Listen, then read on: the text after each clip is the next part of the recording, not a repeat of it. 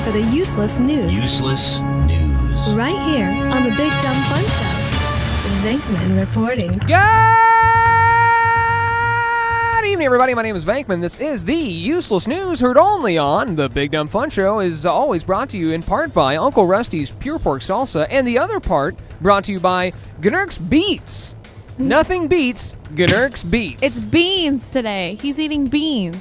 If you can't eat my beets, try my beans. Gnurk has one of the oddest food selection diets. The other day he was just munching on radishes like a rabbit, just chewing on them.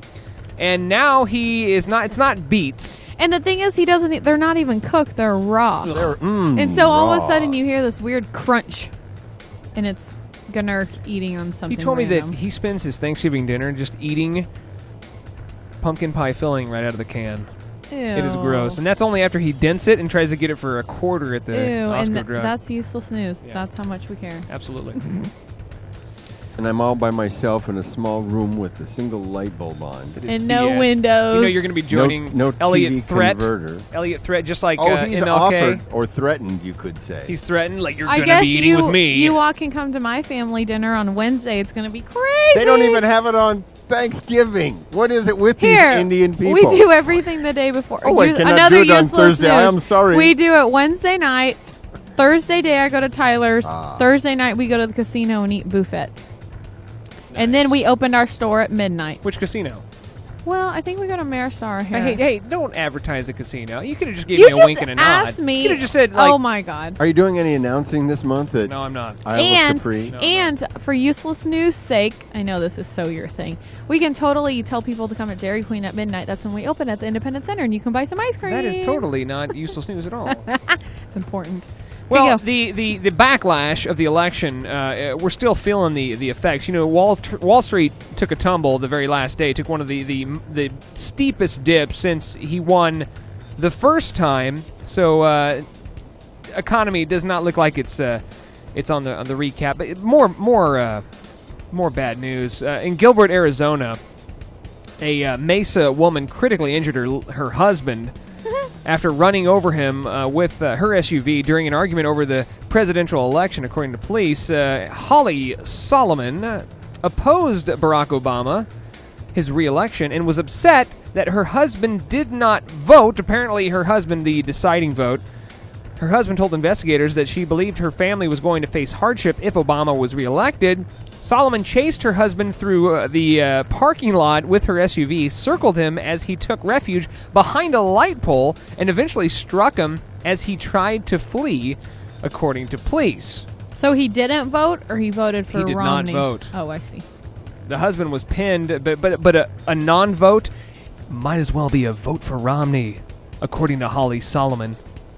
Solomon told police that she was trying to scare her husband by stopping the vehicle close to him, but she accidentally stepped on the accelerator and struck him. Bull. Just trying to scare him a little bit.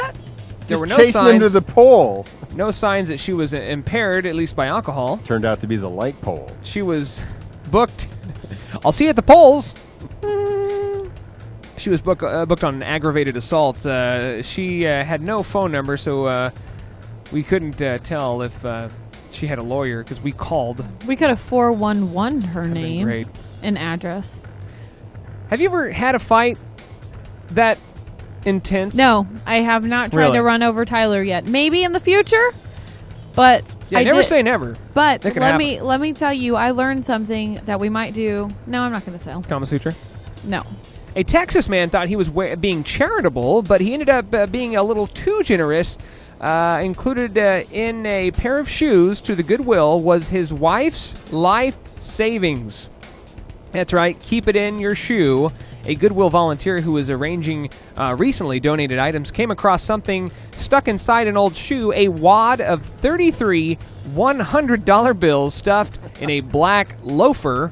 The employee alerted Richard Lopez. He's like, Old Dickie Lopez. That's the last place they'll look for my cash. Who set a aside pair the of cash? loafers. Look how ugly they are. No how much- robber would want this. How much Well- money do you think you can put in a pump? How come he... Toe open? Forget Wait a minute. it. How come he donated his wife's shoes? Does his wife not His know? wife stuck her savings in his shoe. He donated Oh. his own shoes.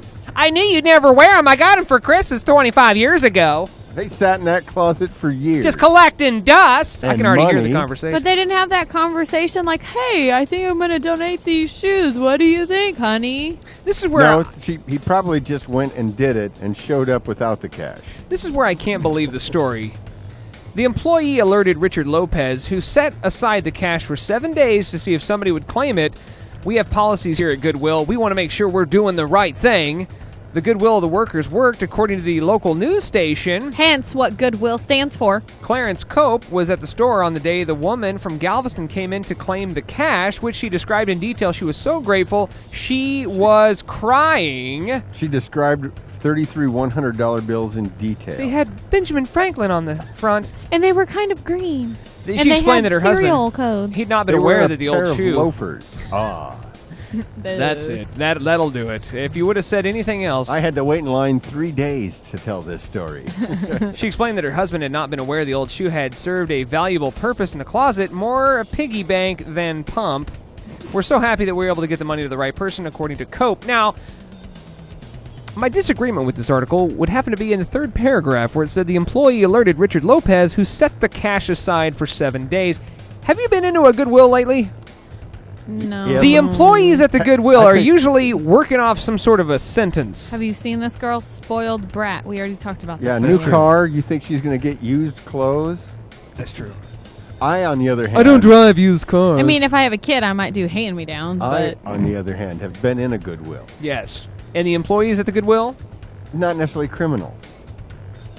I have been in a Goodwill. I can't believe that 78-year-old lady For an ugly has been sweater. serving hard time and just got out. That's right. No. She's probably been working at least 60 of those years at the Goodwill, working off all those like thousands of hours of community service, because she was probably hooking back in the day. Okay, well, listen, don't you, when you go to the Goodwill, you say you're looking at some suits?